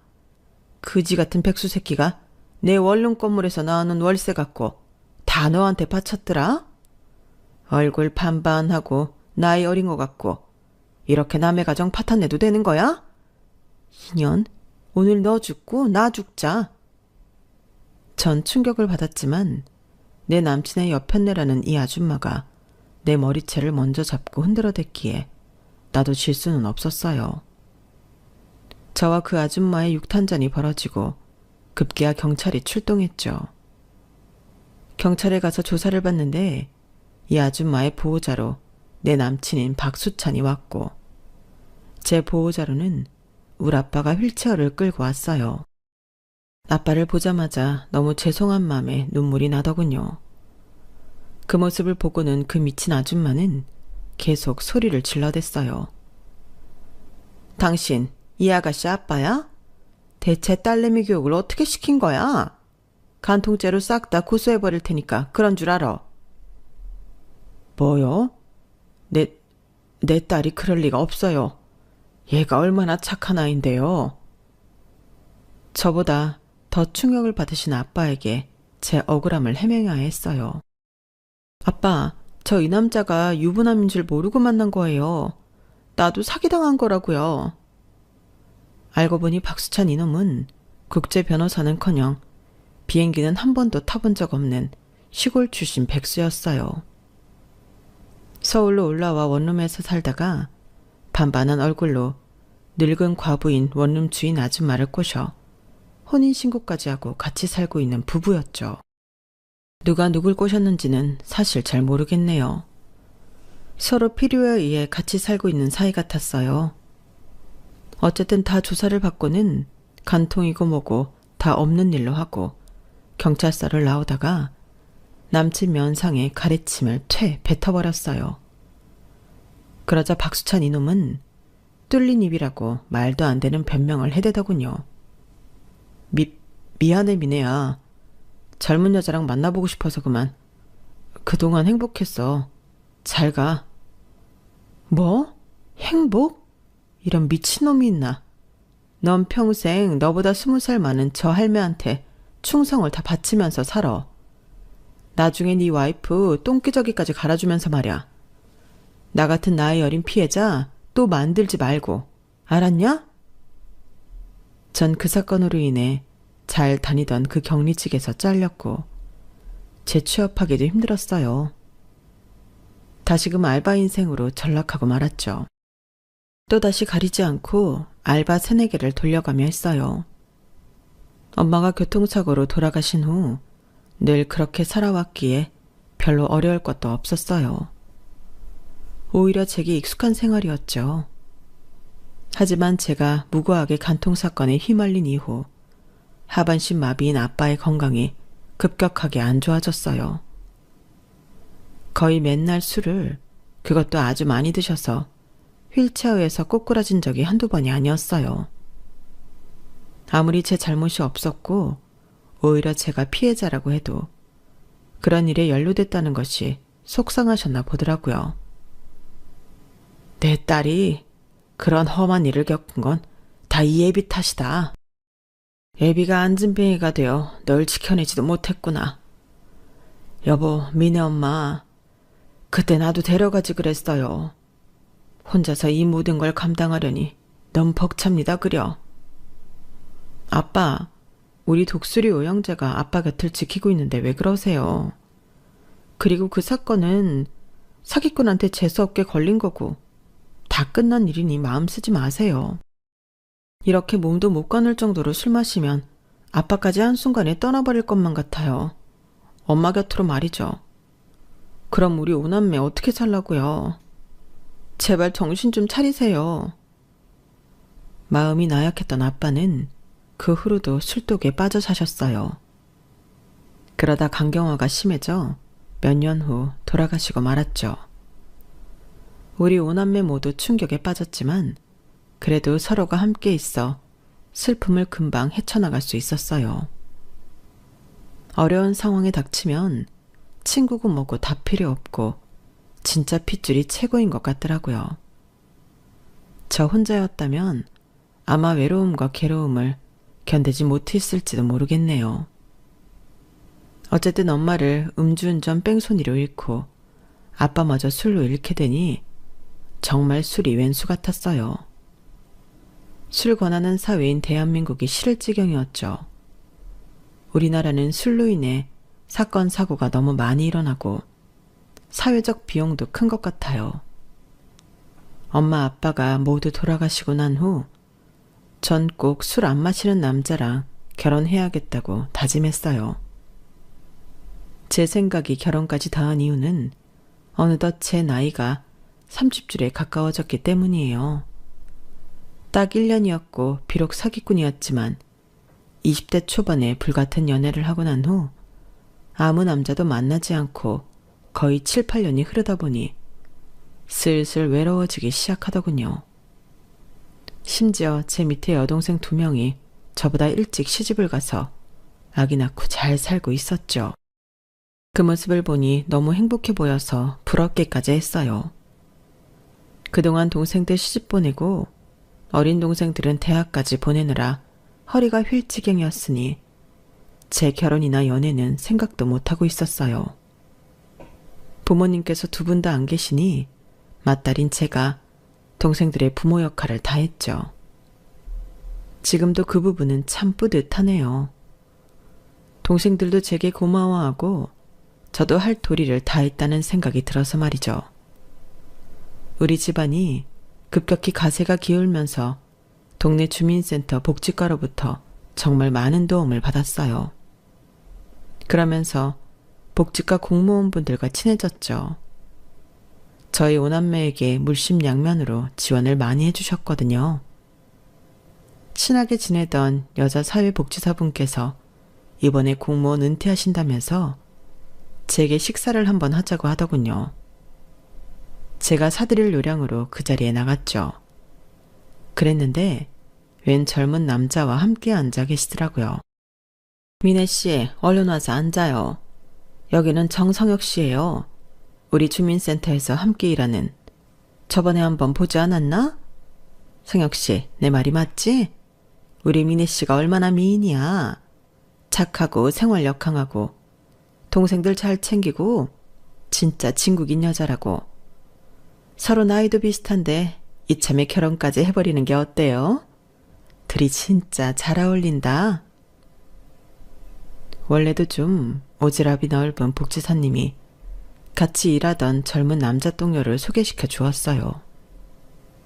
주민센터에서 스쳐가면서 한번 본 것 같기도 했죠. 선한 눈매와 수수한 외모가 매력적인 분이었어요.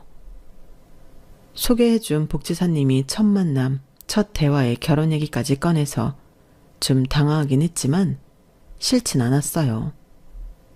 무지 외로운 나날을 보내고 있었거든요. 그에게 마음을 오픈하고 적극적으로 대화를 나누었어요. 그도 제게 이런저런 얘기를 하더군요. 복지사님은 중간에 둘이 잘해보라면서 빠져주었고요. 저번에 주민센터에서 한번 뵐 때도 참 미인이라고 생각했는데 이렇게 다시 만나 뵙게 되어 영광입니다.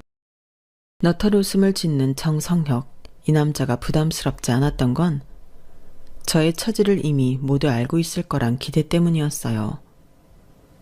주민센터 복지과에 저의 현재 상황이 적나라하게 나와 있을 테니까요.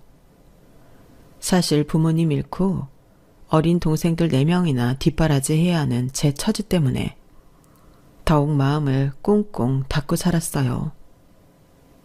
제 스스로 신부감 혹은 여자친구감으로도 최악의 조건이라 생각했고 제 임무는 오직 동생들 교육 잘 시켜서 시집 장가 잘 보내는 거라고만 여기고 살았죠. 그러다가 이 남자의 소개를 받고 따뜻한 멘트를 듣게 되니 마음이 몽글몽글해지더군요. 다시금 사랑하고 사랑받고 싶은 마음이 샘솟았어요. 소개를 받은 그날부로 우린 연인이 되었죠. 서로 사귀게 되어 속 깊은 이야기까지 다 털어놓았어요. 남친의 아버지는 사업이 다 망해서 10수년 전에 잠적해버렸고 홀어머니와 함께 살고 있더군요. 그런데 착하디 착한 남친이 자기 엄마에 대한 애정이 하나도 없어 보였어요. 오히려 욕을 하더군요. 난 우리 엄마가 세상에서 제일 싫어. 그렇게 나쁘고 모진 사람은 보질 못했어. 오히려 가까이 사시는 우리 친할아버지가 더 좋아. 아빠가 사업 망하고 연락 두절되고 그 충격에 우리 할아버지가 약간 치매기가 오고 말았지만 그래도 나한테 한없이 다정해. 우리 엄마한테서는 단 한 번도 다정함을 느껴보지 못했어. 어린 나를 떼어놓고 맨날 놀러 다니느라 밖으로만 돌았지. 지금도 내가 조금씩 드리는 생활비로 맨날 놀러 다니고 사고치고 다니시지. 내 엄마니까 최소한의 도리를 하는 거지. 남이었다면 진작 인연 끊었을 거야. 우리가 결혼하게 되면 우리 엄마가 아마 며느리인 자기한테도 그렇게 잘해주진 않을 거야. 그때마다 내가 방패막이가 되어줄게. 그 부분은 전혀 신경 안 써도 돼. 본인 엄마에 대해 이렇게까지 나쁜 감정을 갖고 있는 게 놀라웠어요. 착한 남친을 대체 어떻게 방치하며 키웠길래 이 정도지 하는 생각이 들었죠. 어쨌든 든든한 반필막이가 되어주고 다 차단해준다니 시집살이 걱정일랑 하지도 않았죠. 결혼 정년기인 우리는 결혼을 약속하고 하나씩 절차를 밟아 나갔어요. 우선 4명의 동생들과 함께 남친을 만났는데 동생들이 너무 좋아하고 잘 따르더라고요. 남친이 제 동생들과 잘 어우러지는 모습을 보니 괜시리 눈물이 나더군요. 행복의 눈물 말이죠. 모임을 마치고 제 여동생이 제게 이렇게 말했어요. 언니, 나 먼저 시집가서 마음에 걸렸는데 드디어 언니도 너무 좋은 형부를 만나게 되어 다행이야. 나도 눈물이 난다. 우리 엄마 아빠가 이렇게 착한 형부를 보셨으면 얼마나 좋아하셨을까? 우리 동생들 시집 보내고 대학까지 나오게 해줘서 정말 고마워. 덕분에 다들 자기 앞가림 제대로 하고 살게 됐어. 언니는 학교도 제대로 못 다니고 우리 때문에 희생만 해서 어떡해. 불쌍한 우리 언니. 너무 고맙고 또 미안해. 맞딸이란 이유로 고생 진짜 많았어. 이제 언니 행복을 위해 살아. 동생들 다 컸으니 더 이상 뒷바라지 안 해도 돼. 벌써 시집가서 아이를 둔 엄마인 제 여동생이 이렇게 말해주니 마음이 한결 편안했어요. 그래, 이제 내 행복을 쫓으며 살 수 있겠구나 싶었죠. 저희 식구들한텐 남친이 합격 경수를 받았지만 문제는 예비 시모였어요. 하도 인성이 더럽다고 많이 들은 터라 긴장이 되더군요. 하지만 잘 막아주겠다는 남친만 믿고 예비 시모를 만났어요. 쫄지 않으려 노력했죠. 안녕하세요, 어머님. 처음 뵙겠습니다. 김민혜라고 합니다. 네 이름은 다 알고 거지 같은 집안 배경까지 익히 다 알고 있다. 피차 바쁜 처지에 바로 본론으로 들어가자꾸나. 그래서 혼수 하나도 못 해온다는 거냐? 너 알바로 연명한다며. 아휴, 우리 아들이 고집 부려서 너 같은 돈 없는 기집애랑 결혼을 시키려 한다만 진짜 마음에 드는 구석이 하나도 없구나. 딱 하나 명심해라. 지집 오면 니네 동생들한테 돈 흘러들어가는 법 없게 해라. 알았냐? 거지니 뭐니 운운하는 인성이 참. 오히려 예비 시모가 거지같이 느껴졌죠. 전 최대한 그 자리를 빨리 끝내고 싶어서 화가 났지만 그냥 네네 하고 일어났어요. 끝나고 남친이 수고했다고 하더군요. 딱 한 달 후 바로 결혼식을 올렸어요. 제주도로 신혼여행을 다녀왔는데 우린 허니문 베이비가 생겼고 아주 예쁜 딸아이를 낳게 되었어요. 시모도 피차 돈 없긴 마찬가지였고 저도 아기 낳고도 일을 해야 하니 시모와 불편한 동거를 하게 되었죠. 하지만 그게 우리 불행의 시작이었어요. 시모와 합가를 한 순간부터 크고 작은 사건 사고가 팡팡 터졌거든요. 우리 딸 수민이를 멍청한 시모에게 맡긴 게 화근이었죠. 어느 날인가부터 아이가 좀 이상했어요. 유치가 다 썩어서 잇몸까지 상할 지경이었고 살이 비이상적으로 많이 찌더라고요. 아기를 병원에 데려가 보니 아무래도 단 음식을 많이 먹은 것 같다고 했어요. 집에는 일부러 달지 않은 아기 과자 위주로만 몇 개 사놓고 그마저도 시모가 많이 주지 않던데 대체 왜 그런가 싶었죠. 남편이 제게 이런 제안을 하더군요. 엄마한테 말하지 말고 홈캠 한번 설치해봐. 난 우리 엄마 못 믿어. 마치 몰래카메라 같아서 좀 찜찜하긴 했지만 남편 말대로 홈캠을 설치해봤어요. 그랬더니 시모가 제 딸아이를 보는 모습이 정말 가관이더군요. 우리 수민이가 울고불고 떼를 쓰자 시모는 귀찮으니 우유에다가 설탕을 잔뜩 넣어 먹이더군요. 그리고는 아이와 함께 계속 자빠져 자는 게 일상이었죠. 기저귀도 너무 안 갈아줘서 축 처져 있고 시모는 본인 핸드폰만 주구장창 보고 있었어요. 속에서 천불이 났죠. 바로 낮잠을 쳐자고 있는 시모에게 전화를 걸었어요. 어머님, 아기 안 보시고 도대체 뭐 하시는 거예요? 기저귀도 안 갈아주고 우유에 웬 설탕을 그렇게나 많이 들이붓는 거냐고요. 우리 수민이 죽일 셈이에요? 그러고도 아기 봐준다고 돈은 따박따박 받아가시잖아요. 그 돈 이제 안 드릴 거예요. 내 애기 내가 키울 테니 어머님 전에 사시던 월세방으로 다시 나가서 혼자 사세요. 뭐야? 이년이 미쳤나? 너 혹시 몰래카메라라도 설치하고 날 감시했던 거냐? 이 고약한 년놈들, 내 아들이나 며느리나 나빠 처먹기로는 똑같구나. 뼈 빠지게 소녀딸 봐주는 날 쫓아내려 해? 난 못 나간다. 월세랑 생활비랑 다 대주기 전까지 못 나가. 진짜 돈만 있으면 월세랑 생활비 일부랑 대줘서 시모랑 따로 살고 싶었어요. 하지만 남편의 공무원 월급은 빠듯하니 어쩔 수 없이 시모와 한 집에서 계속 살아야 했죠. 전 일단 알바를 그만두고 집에서 우리 수민이를 봤어요. 그런데 돈도 부족했고 계속 일하던 습관이 남아있으니 집에서 살림하고 애만 키우는 게 불안하게 느껴지더라고요. 마침 그때 제 여동생이 같이 식당을 운영해보지 않겠냐고 제안하더군요. 식당 뒤에 쪽방이 있어서 아기 키우면서 일할 수 있을 거라면서 말이죠. 그제 안에 솔깃해서 식당에서 일하면서 우리 수민이를 키우기 시작했어요. 더 이상 알바가 아닌 내가 주인인 식당에서 일하게 되니 그렇게 편하고 좋을 수가 없더군요. 사장님 소리도 듣고 말이죠. 남편도 모든 면에서 많이 도와줬고 전반적으로 만족스러운 결혼 생활이었어요. 거기에 매번 찬물을 끼얹었던 건 바로 우리 시모였죠.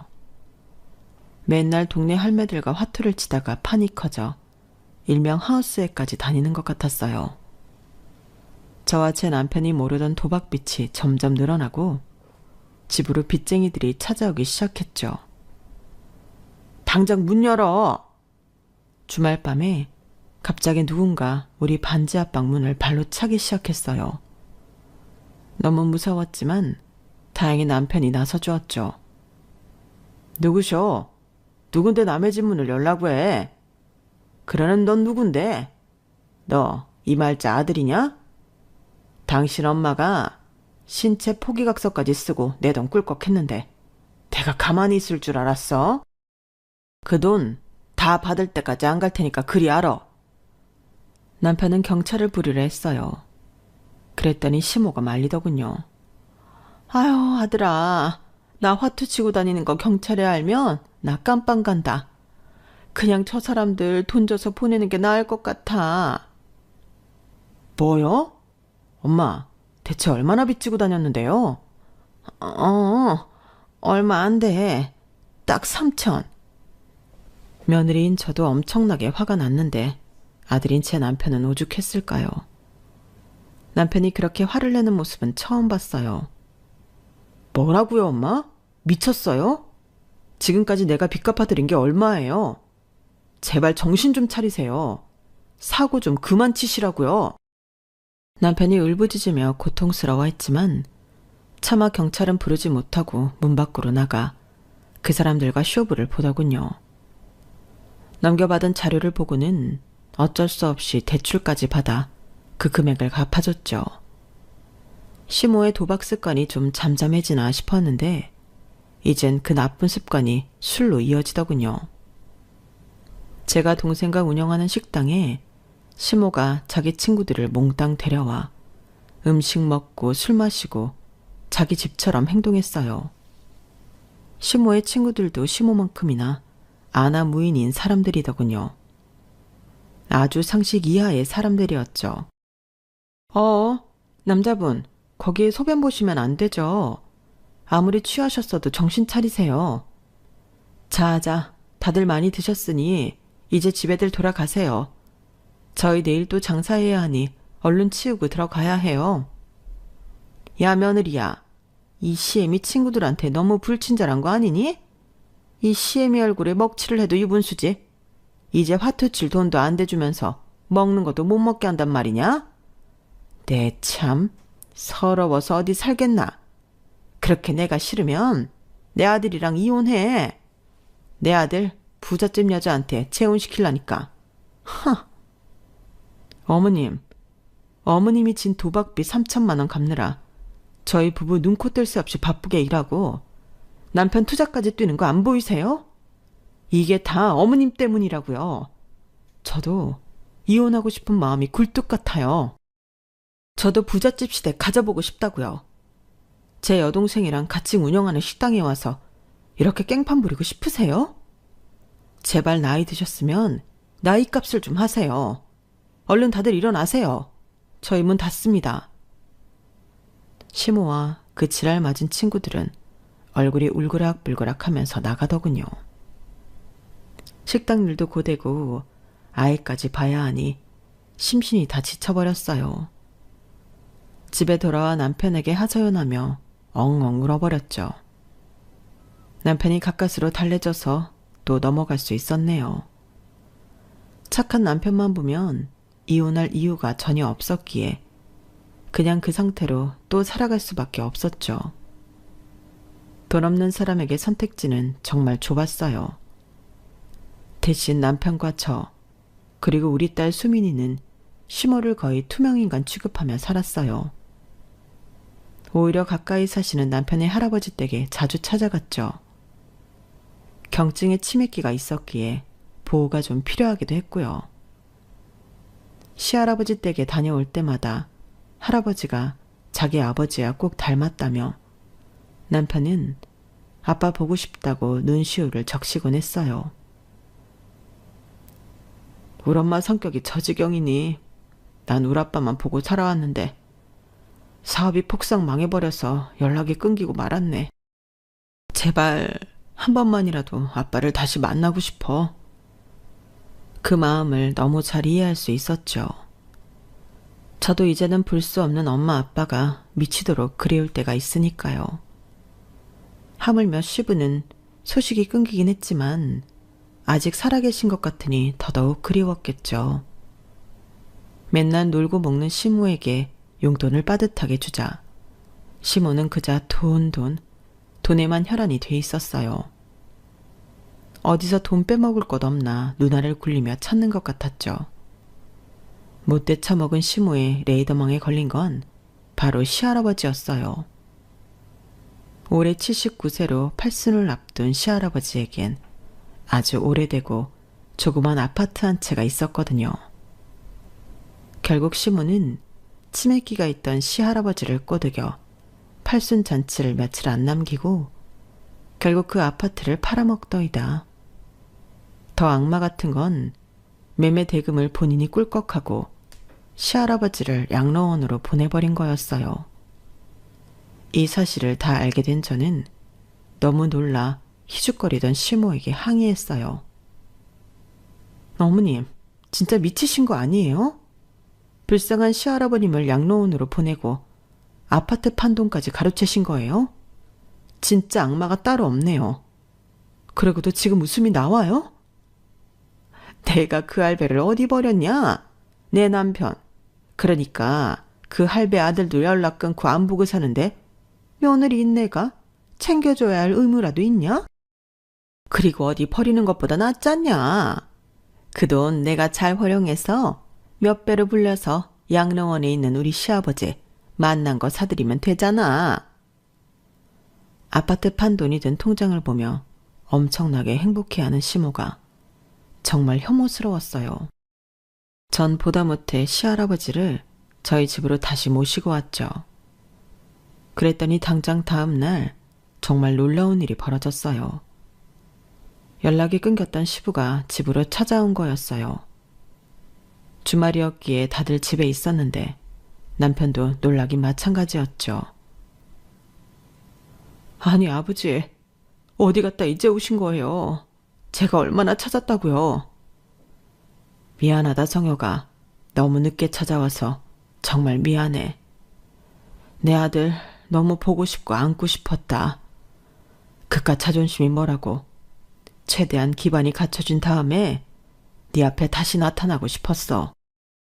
우리 아들에게는 늘 좋은 모습만 보이고 싶었거든. 그런데 갑자기 양로원에서 연락이 오더구나. 너희 할아버지한테만 내가 아주 가끔 연락을 했었거든. 치매기가 있는 할아버지가 양로원 측에 내 연락처를 줬고 할아버지로부터 네 엄마의 만행에 대해 다 듣게 됐다. 사시던 아파트 팔고 할아버지를 양로원으로 내쫓았다고? 손주 며느리가 다시금 집으로 모시고 온 것까지 다 들었다. 이놈의 여편네, 당장 나와. 방에 숨어 있으면 내가 모를 줄 알고. 전 처음부터 시부의 등장에 어벙벙해 하고 있었는데 시모가 방문을 빼꼼히 열고 나오더군요. 아니 여보, 그동안 살아있었으면서 조강지처한테 연락 한 번을 안 하고 너무한 거 아니에요? 내가 당신을 얼마나 그리워했는데 말이죠. 그리워하긴 뭘 그리워해. 나 없는 동안 우리 아들 잘 키우라고 이혼도 안 하고 버티고 있었구만. 내가 당신하고 결혼한 뒤 지옥 속에서 살았던 거 잊어버린 줄 알아? 당신 때문에 내가 손해보고 피해본 게 수십 번이야. 맨날 도박이나 하고 불륜이나 저지르고 다닌 주제에. 그래도 엄마 역할은 잘 해주겠거니 기대하고 있었는데 우리 아버지로부터 듣자 하니 아들, 며느리, 손녀한테 다 지 성질대로 막대했더구만. 우리 아버지가 중증 치매 아니고 기억이 오락가락하는 경증 치매인 건 몰랐어? 다 인지하고 계셨다고. 나쁜 여편네 같으니라고. 저런 여자는 없느니만 못하다. 당장 이혼해. 이 집에서 나가라고. 아니 당신 좋은 양복 빼입고 오고 보아하니 밖에 좋은 차 타고 왔구만. 이제 와서 날 버리겠다는 거예요? 여보, 조광기차를 이렇게 버리시면 안 되죠. 제발 날 다시 받아주면 안 될까요? 우리 100년해로 합시다. 응? 100년해로? 아주 웃기고 자빠졌네 그려. 우리 아버지 아파트 판 돈 그거 위자료로 줄 테니 그거 먹고 떨어져. 당장 짐 싸서 나가라고. 시부의 불효령에 시모가 진짜 짐을 주섬주섬 싸서 내쫓겼어요. 시모가 눈앞에서 사라지니 아주 속이 다 시원하더군요. 시부는 다시 따뜻한 말투로 제게 말씀하셨어요. 며느라, 그동안 저런 사람 같지도 않은 시어머니 모시고 사느라 고생 많았다. 그리고 시할아버지까지 챙겨줘서 너무너무 고맙다. 내가 진작 연락하고 너희를 지원해 줄 걸 그랬구나. 내가 너무 무책임했어. 사업을 완전히 다시 일으키고 멋지게 돌아오려는 욕심만 갖고 있었지. 휴, 다 부질없는 짓이었구나. 며느리 너만 괜찮다면 지금 내가 혼자 살고 있는 아파트에 가서 다 같이 살자꾸나. 우리 손녀딸 교육시키며 살기 좋은 동네에 넓은 아파트이니 너도 마음에 들 거다. 괜찮겠니? 그럼요, 아버님. 괜찮고 말고요. 저희까지 신경 써주셔서 감사드려요, 정말. 전 시부와 함께 살며 우리 수민이 잘 키우고 시할아버지 치매 병간호까지 도맡아 하려 했어요. 여동생이 식당을 혼자 운영할 수 있다고 하여 식당 일에선 손떼기로 하고 말이죠. 그런데 웬걸 시부가 가사 도우미며 간병인, 아이 돌봐주는 돌보미까지 싹 다 고용해 주더군요. 시부의 사업이 지금 막 성장하는 시기라서 매출이 꽤 된다면서 금전적으로 지원도 많이 해줬고요. 우리가 시부집에 얹혀 사는 것이니 생활비를 들여야 마땅했지만 거꾸로 저희 통장에 시부로부터 들어오는 돈을 보고는 깜짝 놀랐어요. 아가, 그동안 어렵게 살아왔다고 들었어. 이제 고생 그만하고 따뜻한 집에서 수민이 잘 교육시키면서 여유롭게 살도록 해라. 이 돈으로 백화점 가서 명품 백을 사든 너희 동생들 지원해주든 상관 안 하마. 마음껏 쓰고 부족하면 말해. 감사합니다, 아버님. 정말 감사드려요. 감사할 거 없어. 난 이제 네 아버지나 다름없어. 아버지가 자식한테 이 정도 지원 못 해주겠니? 너무 부담스러워 마라. 평생을 가난 속에서 몸부림쳐왔는데 갑자기 따뜻하고 넓은 집에서 평화롭게 살려니까 뭔가 이상하더라고요. 벌써 몇 달이 지났는데도 익숙해지지가 않아요. 가끔은 이 모든 게 꿈이어서 금방 깨버릴까봐 두렵기까지 하고요. 언젠간 이 생활이 익숙해질 날이 오겠죠. 아참, 그 이후로 시모의 소식은 듣지 못했어요. 남편도 본인 엄마에게 오만정이 다 떨어져 연락하려고도 안 하더군요. 저도 그 혐오스러운 인간을 더 이상 안 봐도 되니 속이 다 시원합니다. 이 축복 같은 새로운 환경에서 우리 수민이를 잘 키우도록 하겠습니다. 사회에 보탬이 되는 밝고 착한 아이로 잘 키울게요. 추운 날씨에 여러분께도 따뜻하고 기쁜 소식이 가득하기만을 바랄게요. 마음속 깊이 응원할게요. 지금까지 저희 파란만장한 삶에 함께 해주셔서 감사드립니다. 여러분, 사연 댓글에 응원과 현명한 조언 부탁드려요.